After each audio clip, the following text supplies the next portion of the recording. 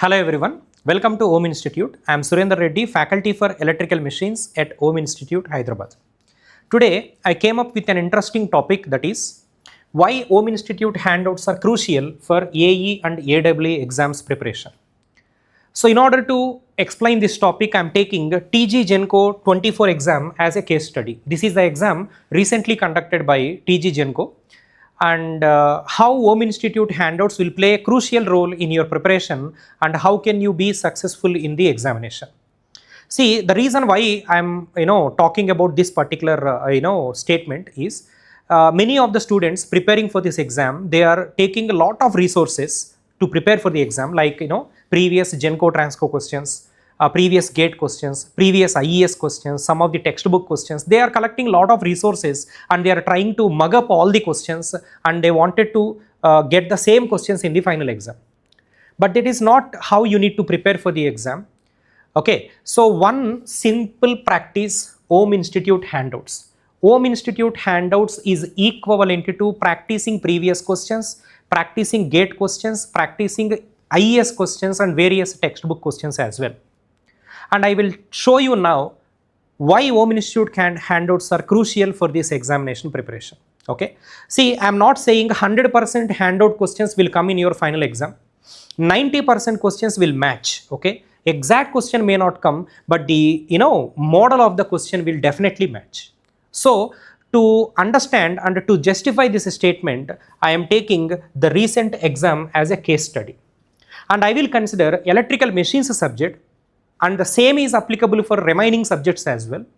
And we have 12 questions from electrical machines subject in the recent exam, and all those 12 questions are matching with handout questions of OHM Institute. Okay, let's see how. We will start with the first problem. You see that. So this is the question came in the recent exam, GENCO examination, and the question is from DC machines. A 250 volt DC shunt motor takes a current of 41 ampere, runs at 800 rpm on a full load.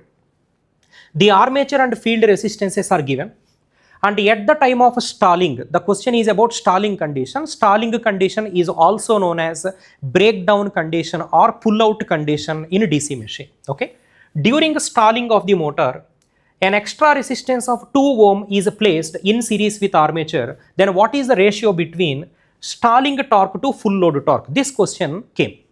And this question is 90% matching with handout number 6, question number 9 in our OHM Institute handouts. Handout number 6, question number 9, subject is DC machines. Now, I will show you the handouts also so that you can try to match this question with handout question. Okay, let's see how. Okay, so here we have the DC machines handout with me. Okay.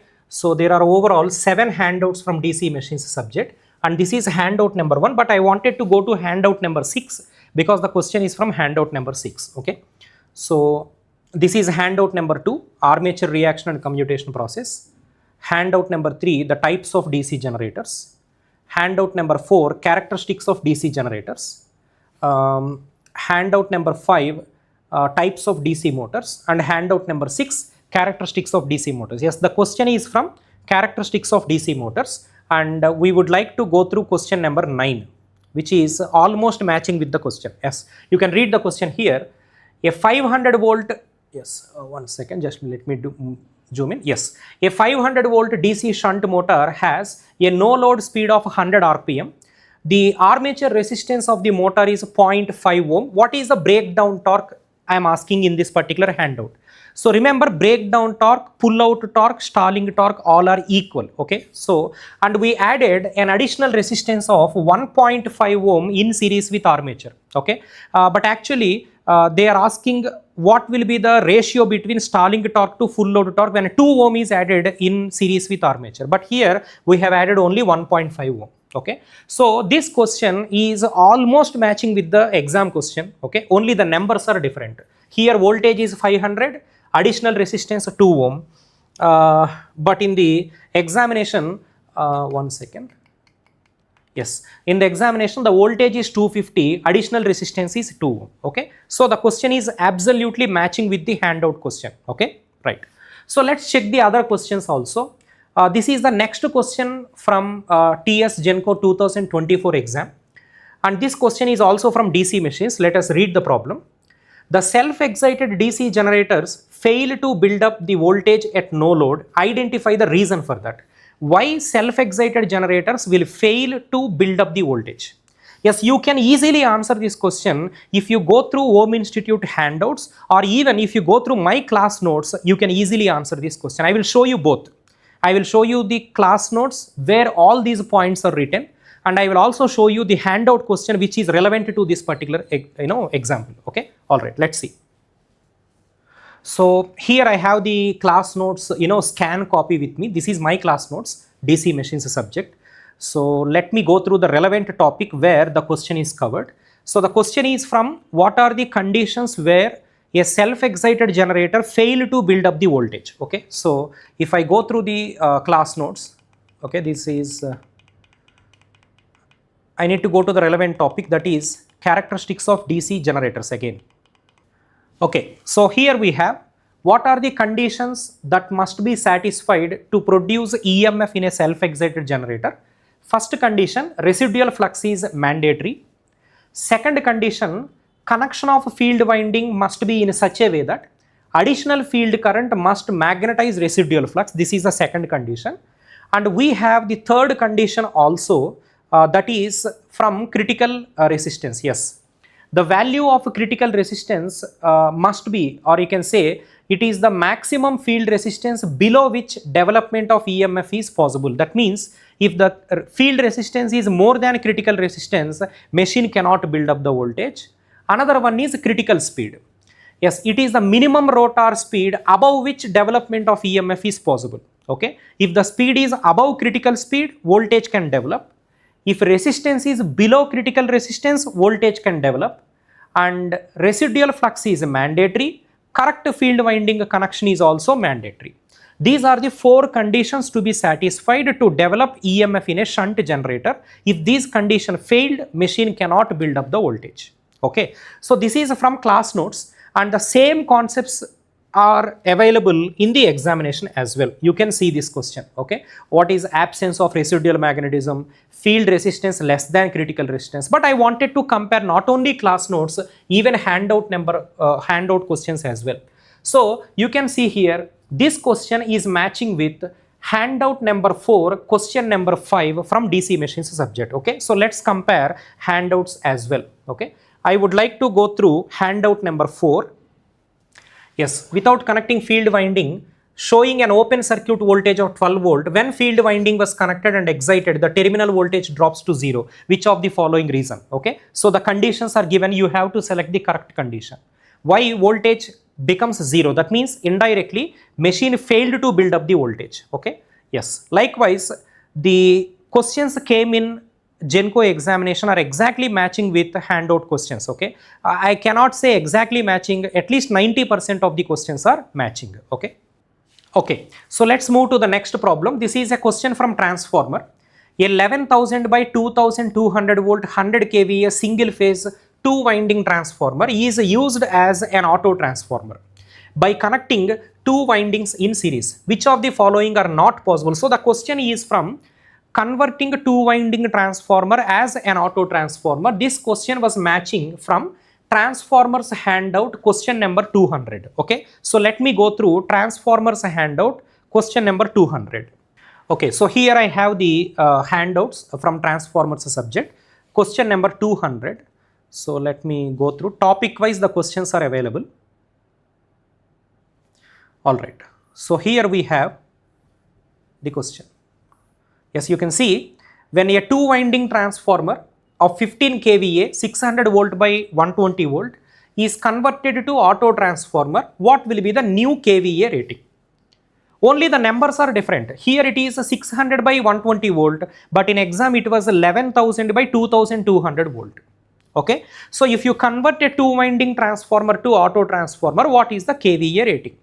4 ratings are given. What are the correct statements? What are the wrong statements? This question is absolutely repeated with different in numbers. That's all. Okay, only the numbers are modified. The model will be absolutely same. Okay, all right. Let's move to the next problem. Fine. Yes, here we have another question. This is a question from three-phase transformers. There are four statements given, and which of these statements are correct, which of these statements are wrong, that is the question. This question you can match with the class notes. Even I can match with the handouts also, but all four questions are not available in the handouts as a single question. They are available with a different number of questions. Okay, so I would like to match all these questions directly from the class notes. Okay, so that it will be easy. Yes, I would like to see the statements. The first statement, it is about delta star connected three-phase transformer is used at the beginning of high voltage transmission lines. Okay, let's match with the transformers question. So I have compared all the four types of transformer connections with respect to input line voltage and output line voltage. You can see delta star transformer, the third one. If I give 100% input line voltage, the output line voltage is 173%. Okay, therefore I can conclude that this third connection will offer the highest output line voltage. Because of this high voltage, it is used for high voltage transmission lines. Therefore, delta star connection is suitable at the beginning of the high voltage transmission lines because it can offer the highest output line voltage. Simple reason. Okay, right. Next, what is the second statement? I would like to consider one more statement. Star delta connection is used in three-phase distribution transformers. This is a wrong statement. Why? Because you can see here itself in the delta star transformer is best recommended for power distribution applications. This is the correct statement. But in the examination, it was given star delta transformer is used for power distribution applications, which is a wrong statement. Okay, yes.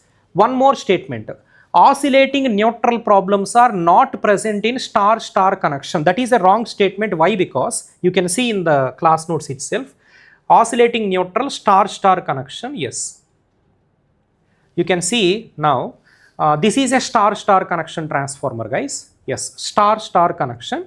In star-star connection, oscillating neutral will be present due to the presence of, you can read this statement. Yes. Due to the presence of third harmonic EMF, resultant phase voltages are unbalanced. Also, the neutral point is oscillating with a relative speed of 2 omega radian per second. Yes, because of the presence of third harmonic EMF, neutral potential is oscillating in nature. With how much speed it is oscillating? 2 omega radian per second. That means in a star-star connection, oscillating neutral is compulsory. It is coming. But in the exam question it was given star-star connection oscillating neutral is absent, which is a wrong statement. Okay. Similarly, we have one more statement that is from open delta connection. Yes, open delta connection is not possible with star-star connected transformer. Okay, that is a wrong statement. Why? Because for open delta connection, we just need only, yes, here we have. Yes. For open delta connection, we just need to have two transformers only. Suppose if you have a star-star connected transformer bank, that means 3 transformers are available. If you remove any one transformer, the remaining 2 transformers will form open delta connection. Therefore, open delta connection is possible either you remove one unit from delta-delta connection or one unit from star-star connection. In this way also, open delta connection can be prepared. So see that if you go through the three-phase transformers class notes thoroughly, you can answer all these statements. Whether they are correct or not, you can easily decide.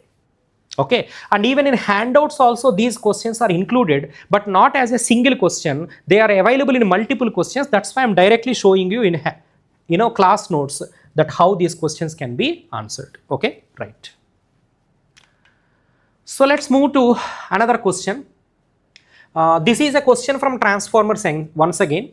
A 10 ohm, I would like to play it. A 10 ohm resistive load is to be impedance matched by a transformer to a source of 6250 ohm internal resistance. What is the ratio from primary to secondary of the transformer? It's an impedance matching question. This question was matched with transformers handout question number 52. Let's go through that. Okay. Yes, here. Consider the circuit shown in the below figure. For maximum power transfer to the load, primary to secondary ratio of the transformer must be. Okay, so here you can see primary we have a voltage source in series with internal impedance 900 ohm, load impedance is 100 ohm. So we wanted to transfer maximum power to this load. That means it's an impedance matching. What is maximum power transfer theorem?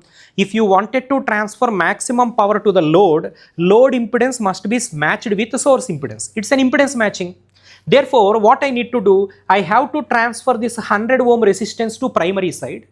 Okay, so that the load impedance will be matched with 900 ohm, then maximum power can be transferred. For that, what should be the ratio from primary to secondary of the transformer? Okay, if you answer this question, absolutely same question repeated in our exam. Okay, but only numbers are matching, changing. Here, load impedance is 10 ohm, internal impedance is 6250 ohm. But in our handout, load impedance is 100 ohm, internal impedance is 900 ohm. So absolutely same question was repeated. Okay, right. Fine. So let's move to one more question. A short shunt DC compound generator. This is a question from DC machines again. Question is a short shunt DC compound generator. And different values are given. We are asked to find out what is the EMF generated by the machine. Okay, so terminal voltage was given, load current was given, all resistances are given. This question is absolutely matching with handout number 3 in a DC machines subject, question number 8. Let's go through that. Handout number 3, question number 8. So this is handout number 4. Here we have handout number 3, question number 8. Yes, you can see this question. But this question is a long shunt cumulative compound generator, but in the exam, short shunt cumulative compound generator was given. Okay, very minor difference between the two. So if you are able to solve a question using a long shunt compound connection, short shunt compound connection, you can easily answer. Why? Because there will be a minor change only. In class, we use it to explain both of them. Yes, you can easily answer short shunt compound machine question also, because long shunt compound question you practiced, all right or not? Very simple. So I can say the question is almost matching, all right? Let's move to the next question. This is a question from synchronous machines subject, and this question is matched with number of handout questions because there are 4 statements, each statement matching with one question. Okay, let's go through the first statement. In a round rotor synchronous motor, reactive power is maximum at a load angle of 90 degrees. That is the first question. So the question is from maximum reactive power concept. This question is matching with handout number 5 of a synchronous machine, question number 9. Okay, let's go through it. So here I have the synchronous machines handout with me. So handout 5, this is handout 3, handout 4, handout 5, question number 8. Question number 9. All right, here you have. In a cylindrical rotor alternator, maximum reactive power output. Okay, I am asking you directly what is the formula for maximum reactive power output. But in the exam, they asked you at what load angle maximum reactive power output will come. Actually, in order to get this formula, first you need to know what is the angle. Okay, so reactive power maximum is possible at a delta is equal to 0 degrees. And you will replace that 0 degrees in the formula of reactive power, then one of the option will come. That means if you answer this question, that means you already know at what angle reactive power will be maximum. So I can say the question is exactly matching here. All right. Okay. Next statement, damper winding. The statement is about damper winding. Damper winding is provided in a polyphase synchronous motor in order to provide starting torque. So it is matching with handout number 8, question number 48. Let's check that. Consider the following reasons cited for damper bars. Okay, the question is about damper winding. Okay, on the pole faces of a synchronous motor. There are 4 statements given which are the correct statements. Okay, so starting the motor as a squirrel cage induction motor. Yes, this is a correct statement because damper winding is used for the starting of induction, synchronous motor. Okay, that means this first statement is directly matching with the question that was given in the examination hall. All right or not? But there are other statements also. It reduces the tendency of oscillation, that is, hunting problem. It provided additional induction motor torque. Okay, it reduces the effect of slot harmonics. There are 4 statements given. What are the correct statements? So if you know the answer for this question, that second statement in the examination question you can easily answer, right? Okay. Look at the third statement. The third statement is from slip test. In a slip test on a salient pole synchronous machine, the EMF induced in the field winding is 0 for XQ, quadrature axis. Okay. Yes, this question is matching with handout number 5, question number 13. Let's see. Handout number 5, question number 13. So let's handout number 5, right? 4. This is handout number 5, question number 13. Yes, this question. You can see here, this is the question from slip test on a synchronous machine.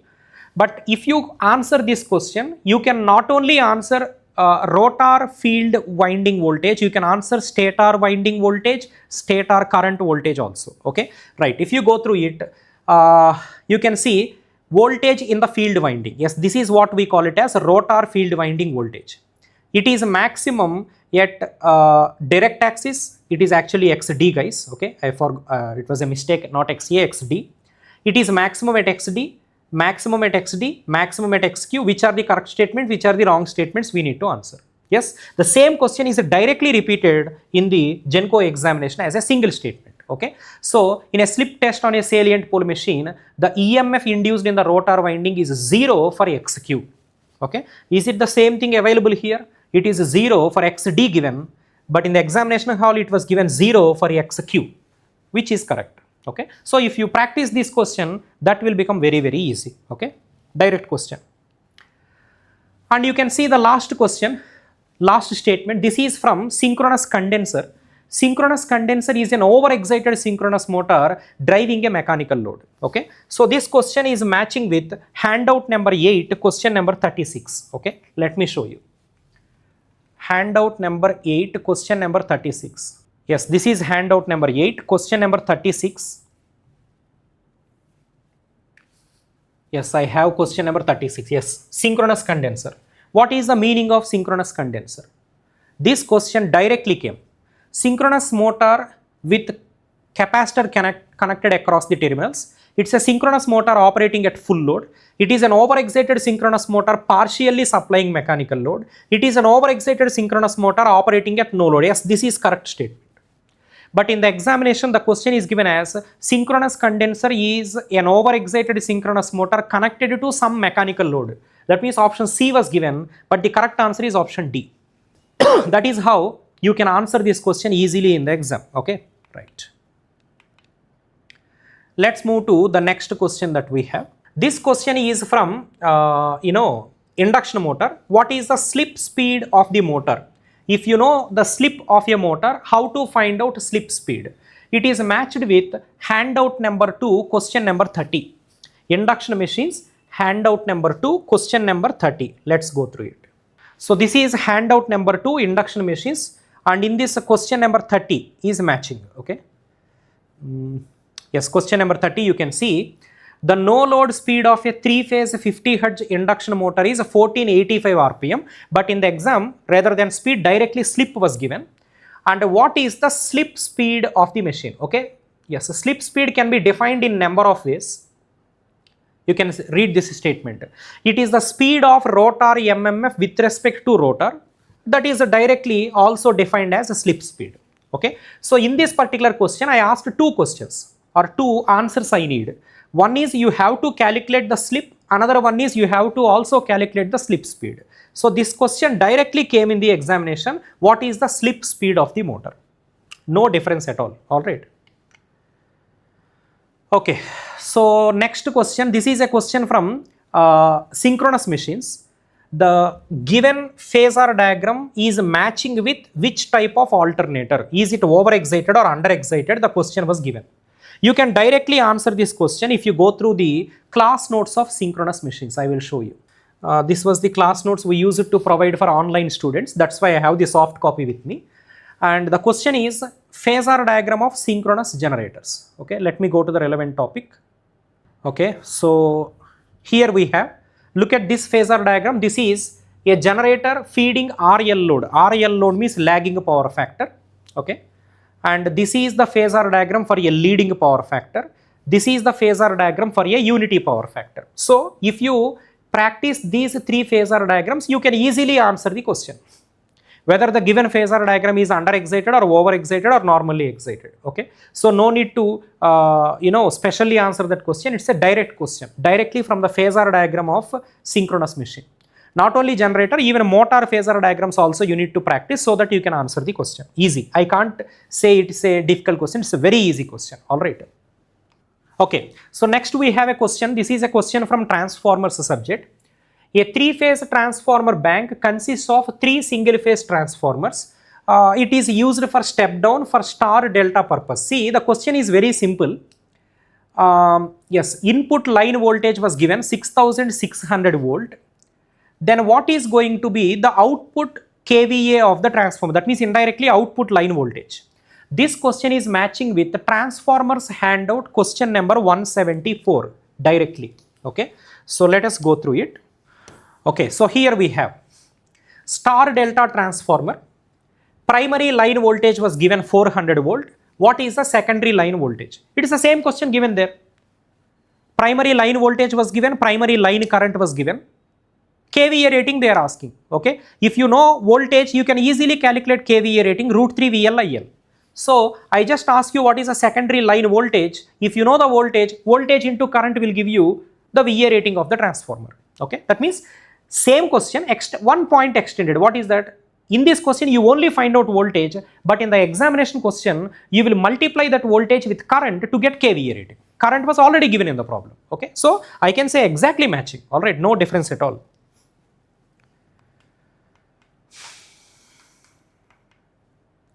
Okay, next we have a question from induction machines. This is a question from the starting methods of induction motors. You can read the problem.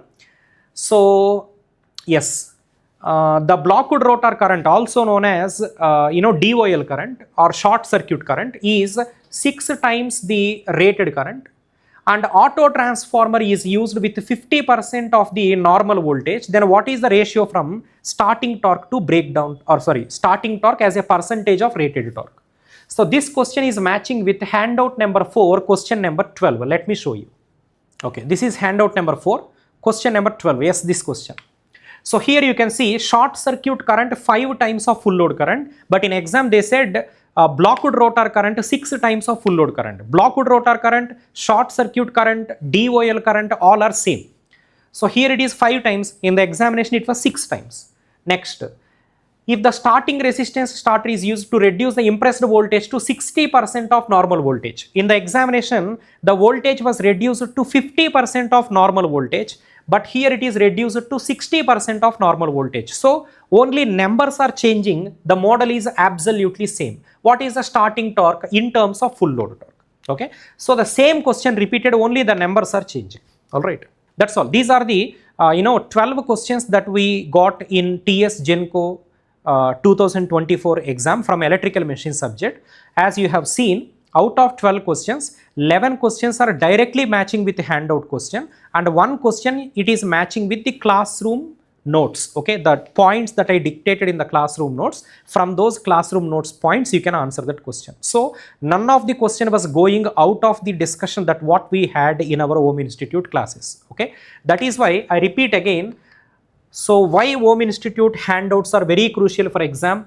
Remember that we collected these handout questions from various resources. 50% of the questions collected from various resources, and remaining 50% of the questions we created on our own based on our experience. We created on our own, and those questions are covering different models. Okay, so that if you practice them thoroughly, you will not miss even a single question also in the final examination. Okay, so that's it. With this, I would like to end this session. So I request all of you, take OHM Institute handouts very seriously, especially OHM Institute students. You need to take these handout questions very seriously.